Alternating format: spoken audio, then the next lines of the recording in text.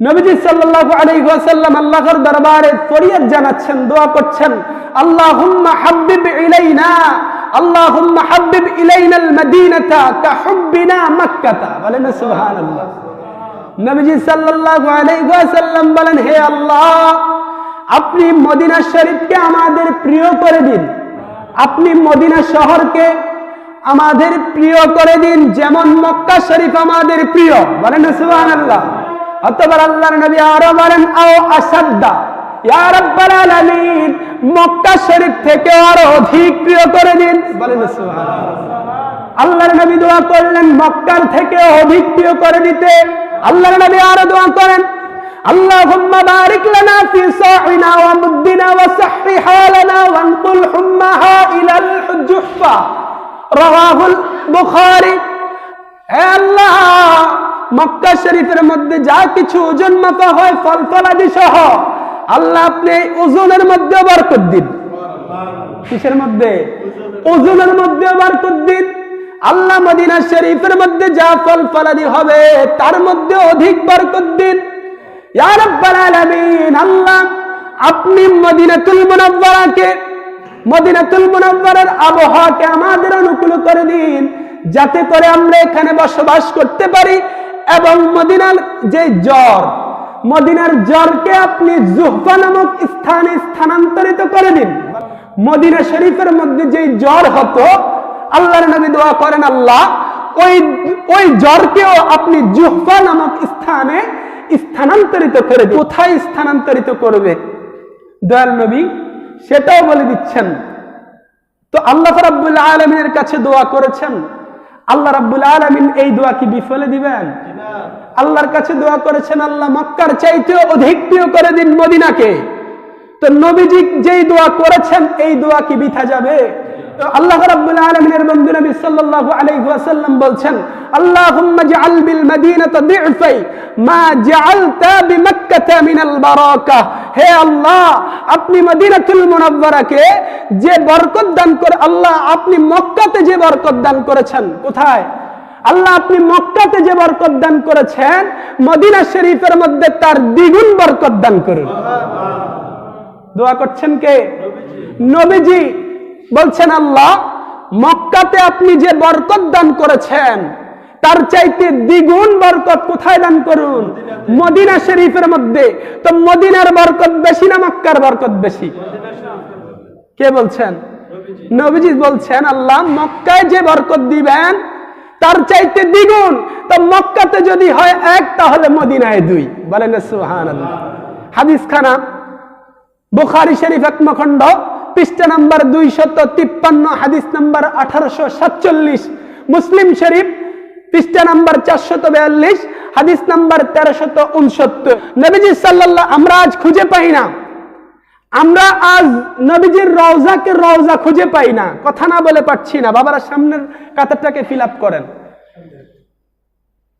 আমরা আজ মদিনাকে, আমরা যে বলি মদিনা নবীজির রওজা, কথাটা গভীরভাবে খেয়াল করবেন। আমরা বলে থাকি কি নবীজির রওজা।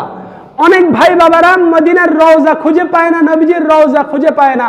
অথচ হাদিসে মুবারাকার মধ্যে, শুধু হাদিসে মুবারাকা না, বিশুদ্ধ গ্রন্থ পবিত্র বুখারী শরীফের একমখণ্ড পৃষ্ঠা নাম্বার 253, হাদিস নাম্বার 1850, হাদিস নাম্বার 1850, আল্লাহর নবী বলেন, হযরত আন আবি হুরায়রা রাদিয়াল্লাহু তাআলা আনিন নবী সাল্লাল্লাহু আলাইহি ওয়াসাল্লাম قال ما بين بيتي روضة من رياض الجنة। বলেন সুবহানাল্লাহ।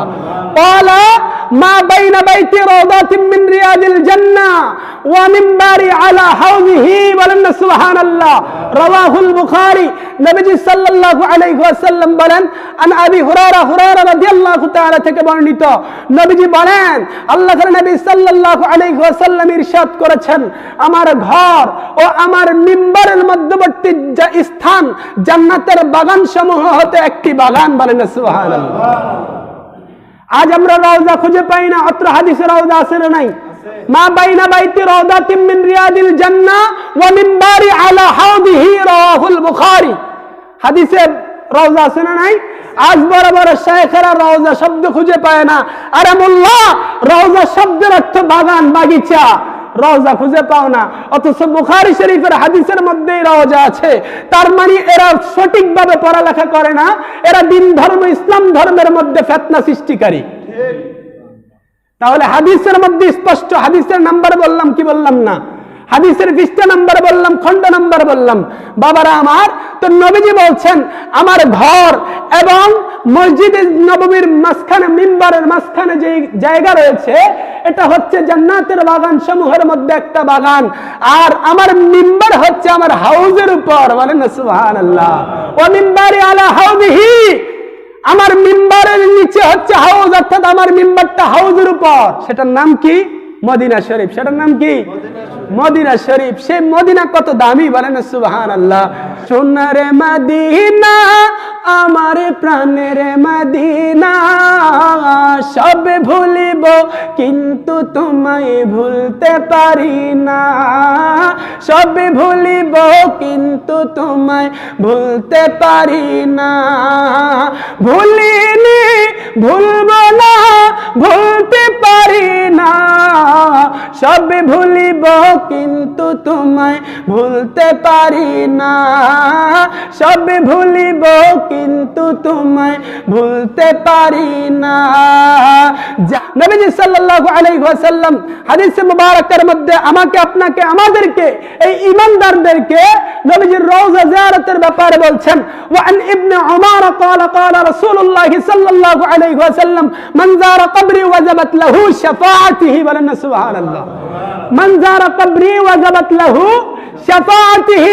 ইবনে উমর রাদিয়াল্লাহু তাআলা থেকে হাদিস বর্ণিত, তিনি বলেন রাসূলুল্লাহ সাল্লাল্লাহু আলাইহি ওয়াসাল্লাম ইরশাদ করেছেন, যে ব্যক্তি আমি নবীর রওজা মুবারক জিয়ারত করলো, যে ব্যক্তি আমি নবীর রওজা মুবারক জিয়ারত করলো, তার জন্য শাফায়াত করা আমি নবীর উপর ওয়াজিব হয়ে গেল।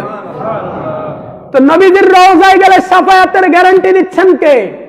নবীজি। নবীজি বলেন আমার রওজা জিয়ারত করতে আসলে আমি নবী তার জন্য কি করব?